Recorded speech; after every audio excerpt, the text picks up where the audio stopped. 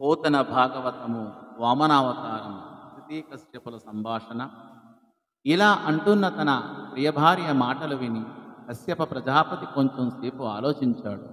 జ్ఞాన దృష్టితో రాబోయే కాలంలో జరగబోయే సంగతులు తెలుసుకుని ఇలా అన్నాడు.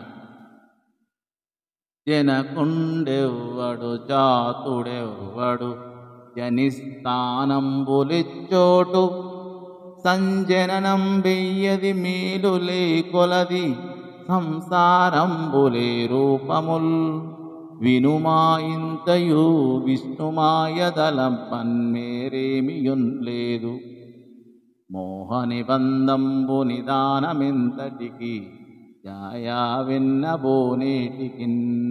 ఇల్లాల తండ్రి ఎవరు, కొడుకు ఎవరు, పుట్టిన స్థలాలు ఏవి, పుట్టుటకు కారణము ఏమిటి, శరీరాలు ఏపాటివి, ఈ సంసారాలు ఏమాత్రమైనవి, ఆలోచిస్తే ఇదంతా భగవంతుడైన ఆ విష్ణుమూర్తి మాయ తప్ప మరేమీ లేదు. అజ్ఞానంలో బంధింపబడి ఉండటమే దీనికి మూలం. అందువల్ల జరిగిన దానికి చింతించి చిన్నపుచ్చుకోకు అని కశ్యపుడు చెప్తూ ఉన్నాడు.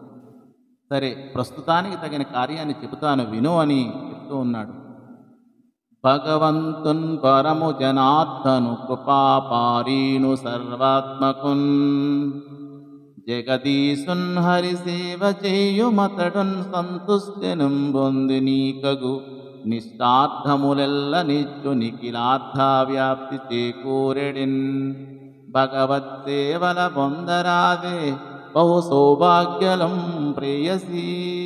ఓ ప్రియురాల అదితి, విష్ణుమూర్తి భగవంతుడు, పురుషోత్తముడు, జనార్దనుడు, దయాసముద్రుడు, సర్వాంతర్యామి, జగదీశ్వరుడు కనుక ఆయనను ఆరాధించు.